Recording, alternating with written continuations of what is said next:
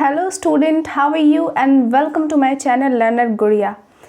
इससे पहले के वीडियोस में हम लोगों ने देखा था इरेगुलर वर्ब्स, जो कि बहुत ही इंपॉर्टेंट है एग्जामिनेशन बेसिस पे।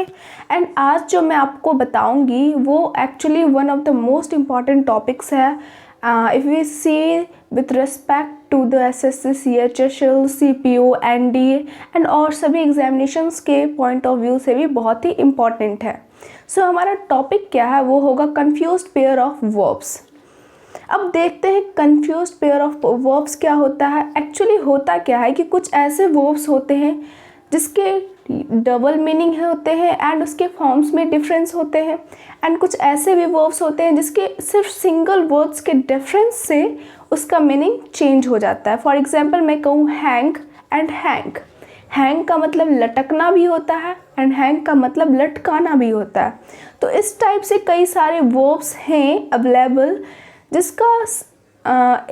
जिसका मीनिंग जो होता है वो डिफरेंट होता है एंड डिफरेंट सेंटेंसेस में डिफरेंट यूजेस होते हैं। तो चलिए हम लोग स्टार्ट करते हैं। हमारा फर्स्ट वर्ब क्या है? फर्स्ट वर्ब है हमारा बेयर। ओके, बेयर क्या होता है? बेयर्स का दो मीनिंग होता है। फर्स्ट, या तो फिर जन्म देना,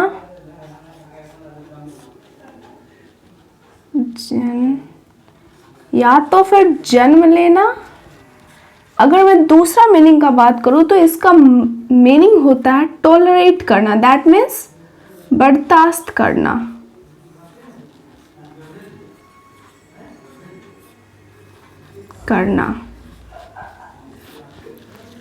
है ना। इसे मैं आप लोगों को एग्जाम्पल से समझाती हूँ। Example, Mahatma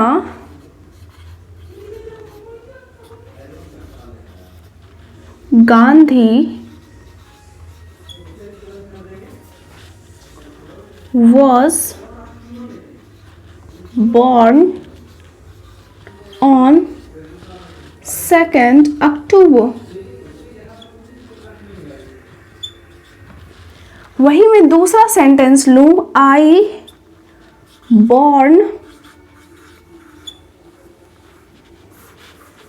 I have born you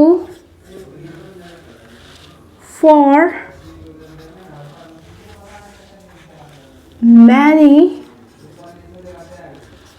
years। इसमें दो सेंटेंस है। First, Mahatma Gandhi was born on 2nd October। यहाँ बॉर्न का मीनिंग है जन्म लेना। वही अगर मैं आई हैव बॉर्न यू, यहाँ बॉर्न जो है इसका थर्ड फॉर्म क्या है? BORNE है। वही अगर मैं इस सेंटेंस की बात करूं तो इसका स्पेलिंग BORN है। That means I have born you for many years. इसका मतलब ये है कि मैं कई सालों से तुम्हें टॉलरेट कर रहा हूं या फिर कर रही हूं। ओके, हमारे नेक्स्ट वो जो कि इम्पॉर्टेंट है वो ये है कि इसका जो फर्स्ट फॉर्म है वही जो है नेक्स्ट वर्ब की तरह यूज्ड है। वहीं पे अगर मैं ग्राइंड की भी बात करूँ, इसका भी सेकेंड फॉर्म जो है इसका जो सेकेंड फॉर्म है एंड इसका थर्ड फॉर्म, इसका जो सेकेंड फॉर्म है वही यहाँ फर्स्ट फॉर्म हो गया है। वहीं पे ग्राइंड का भी सेकेंड फॉर्म जो है फर्स्ट फॉर्म है। ओके, एंड इसका जो है इस दोनों वर्ड का डिफरेंट मीनिंग है। वो क्या है? फॉर एग्जाम्पल, मैं इसे आप लोगों को एग्जाम्पल से समझाती हूँ। मैं कहूँ कि Bill Gates founded the Microsoft company. Okay, तो इसका मतलब क्या ये हुआ कि माइक्रोसॉफ्ट कंपनी कहीं छिपा हुआ था? ऐसा तो नहीं हो सकता है। माइक्रोसॉफ्ट कंपनी को बिल गेट्स ने स्थापित किया था, ना कि उसे कहीं से ढूंढ के लाया था। तो फाइंड, यहाँ पे जो फाउंड है, यहाँ पे जो Bill Gates founded the Microsoft company. यहाँ पे जो फाउंड है उसका मीनिंग ये हुआ कि बिल गेट्स ने उसे स्थापित किया था। अगर वहीं मैं फाउंड की बात करती दैट मीन्स ये हो जाता कि बिल गेट्स ने उसे कहीं से ढूंढ के लाया है। ठीक है, सो इस यहाँ फाइंड का मतलब होता है पाना एंड यहाँ फाइंड का मतलब स्थापित करना,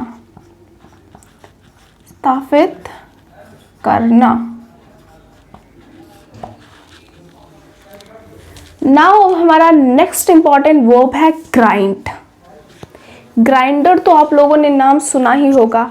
ग्राइंडर क्या होता है? दैट मीन्स वैसा चीज जो कि स्मॉल पीसेस में डिवाइड कर देता है। For example like mixture. Similar word है ग्राइंड। ग्राइंड मतलब जो कि पीसेस में डिवाइड करे। अब इसका सेकेंड फॉर्म क्या है? ग्राउंड। एंड इसका थर्ड फॉर्म क्या है? ग्राउंड। एंड वही जो है सेकेंड फॉर्म आज यहाँ यहीं पे जो है फर्स्ट फॉर्म हो गया है। सो फर्स्ट फॉर्म जो है इसका मीनिंग क्या हो जाएगा? ग्राउंड हम सभी जानते हैं क्या होता है? ज़मीन होता है। हम लोग वाटर को वर्ब भी मानते हैं। अब कैसे? For example gardener is watering the plant. यहाँ पे जो है वाटर क्या है? एज अ वर्ब यूज हुआ है। ठीक उसी तरह से यहाँ पे जो ग्राउंड है एज अ वर्ब है। ग्राउंड मतलब जमीन में गाड़ना। इसे हम लोग एग्जाम्पल से समझते हैं। The thief has grounded the gold. The thief has grounded the gold. That means thief ने गोल्ड को जमीन में गाड़ दिया है। ओके, सो हमारा नेक्स्ट इंपॉर्टेंट वर्ब है हैंग। ओके, ये दोनों वर्ड जो है वो सेम है बट इसका मीनिंग जो है बिल्कुल डिफरेंट है, बिल्कुल डिस्टिंक्ट है। फर्स्ट हैंग मतलब होता है क्या? लटकना। क्या होता है? लटकना। वहीं अगर मैं दूसरी बात करूं हैंग, लटकाना।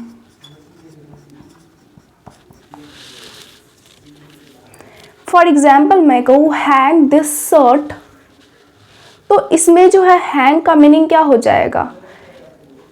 हैंग का मीनिंग हो जाएगा क्या? लटकाना। बट वहीं अगर कहूँ द क्रिमिनल्स वेयर हैंग्ड, इसका मीनिंग हो जाएगा क्रिमिनल्स को फांसी दिया गया।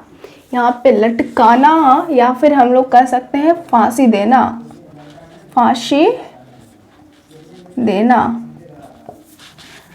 तो यहीं पे आपको इसके फॉर्म्स में डिफरेंस देखना होगा। यहाँ पे हैंग जो है इसका सेकेंड फॉर्म हैंग्ड हो गया एंड इसका थर्ड फॉर्म जो है वो हैंग्ड हो गया। बट वहीं अगर मैं बात करूँ लटकना की, देन इसका सेकेंड फॉर्म हो जाएगा हंग एंड इसका थर्ड फॉर्म क्या हो जाएगा? हंग। तो पता कैसे चलेगा कि मैम इसमें हैंग्ड यूज़ करना है कि इसमें हंग यूज़ करना है? तो सिंपल है। अगर मैं कहूँ लटकना, लटकना जैसे चोर को लटकाया गया। क्या लटकाया गया? इसमें हम लोगों को ऑब्जेक्ट नहीं मिल रहा है। दैट मीन्स हैंग जो है, ये वाला हैंग दैट मीन्स फांसी देना, ये जो है इंट्रांजिटिव वर्ब है। क्या है? इंट्रांजिटिव वर्ब है। एंड इस ये जो है ट्रांजिटिव है। अगर मैं आपको कहूँ कि शर्ट लटका दो एंड आपसे आस्क करूँ क्या लटका दूँ, then you will get the answer that yes shirt is an object and you can easily identify कि यहाँ पे हैंग का कौन सा फॉर्म यूज हो सकता है। ओके, नाउ नेक्स्ट है हमारा फॉल, फेल। सेम चीज़ है। यहाँ पे देखिए फॉल का ही सेकेंड फॉर्म जो है फर्स्ट फॉर्म बन गया है यहाँ पे। ठीक है, यहाँ पे फॉल मीन्स गिरना।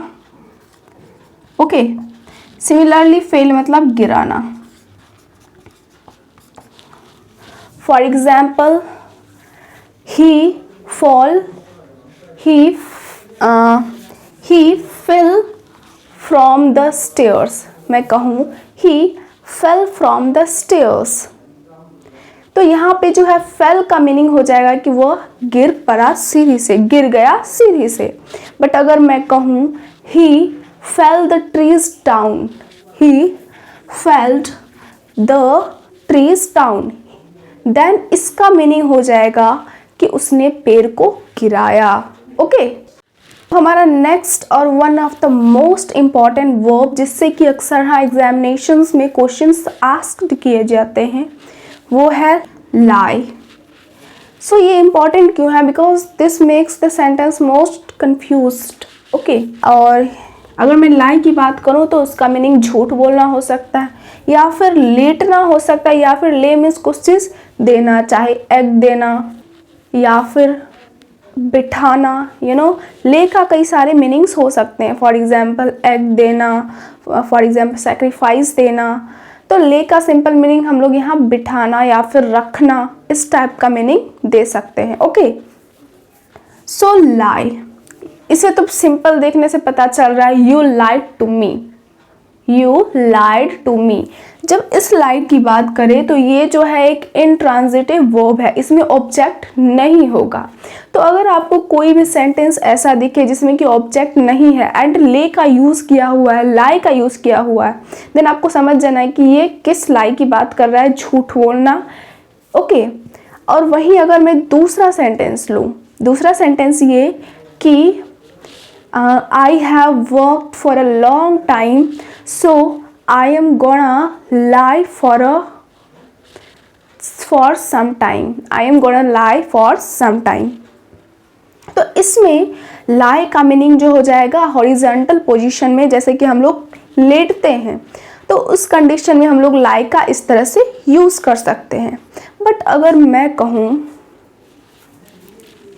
हाँ, बट अगर मैं कहूँ कि ले द टेबल, ले द टेबल लेते हैं, ले का कंडीशन हम लोग वही रखते हैं कि हाँ इसे बिठाना ही है, इसे रखना ही है। बट यहाँ पे जो ले जो है, लाई मतलब कि दैट मीन्स कि आपको ये एक इंट्रांजिटिव वर्ब है, बट ले जो है वो आपका ट्रांजिटिव वर्ब है। ओके, लाइक ले द टेबल, ले द बेड। तो इस टाइप के जो सेंटेंसेस हैं आपको ये समझना होगा कि किस वर्ड का मीनिंग क्या दे रहा है। ओके, सो हमारा नेक्स्ट जो कि बहुत इंपॉर्टेंट है वो है राइज। सो राइज का जो मीनिंग है वो सिंपल, अगर मैं फर्स्ट यूज़ की बात करूं तो राइज का सिंपल मीनिंग होता है उगना। अगर मैं एग्जाम्पल की बात करूं, sun rises in the east. Okay, second है हमारा रेज। इसका मीनिंग क्या हो गया? Raise your hand, that means उठाना, अपने हाथ को उठाओ।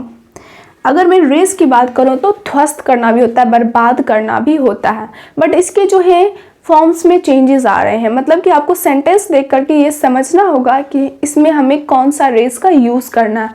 अगर सन राइजेज है तो ये जो है एक इंट्रांजिटिव वर्ब है, सूरज जो है खुद से उगता है, इसमें कोई ऑब्जेक्ट की कोई ज़रूरत नहीं है। ये क्या है? एक इंट्रांजिटिव वर्ब है। एंड वही रेज की बात करो, रेज योर हैंड, ये क्या है? ट्रांजिटिव है। ध्वस्त करना, रेज, इसका ये भी है क्या? एक ट्रांजिटिव वर्ब है। एंड इसके फॉर्म्स की बात करूँ तो राइज का सेकेंड फॉर्म रोज होगा एंड इसका थर्ड फॉर्म राइजन होगा एंड रेज का हो जाएगा रेस्ट, रेस्ट। अगर मैं ध्वस्त करने की बात करूँ तो इसमें जो है रेस्ट एंड रेज होगा। ओके, सो स्टूडेंट, ये थे हमारे कुछ इम्पॉर्टेंट वर्ब्स जो कि एग्जामिनेशन पॉइंट ऑफ व्यू से बहुत ही इम्पॉर्टेंट है। इसे आप लोगों को प्रैक्टिस से बहुत ही स्ट्रॉन्ग करना होगा, बिकॉज इससे कई सारे एरर्स टाइप के क्वेश्चंस आस्क्ड किए जाते हैं। ओके, सो आज के लिए इतना ही। Thank you so much.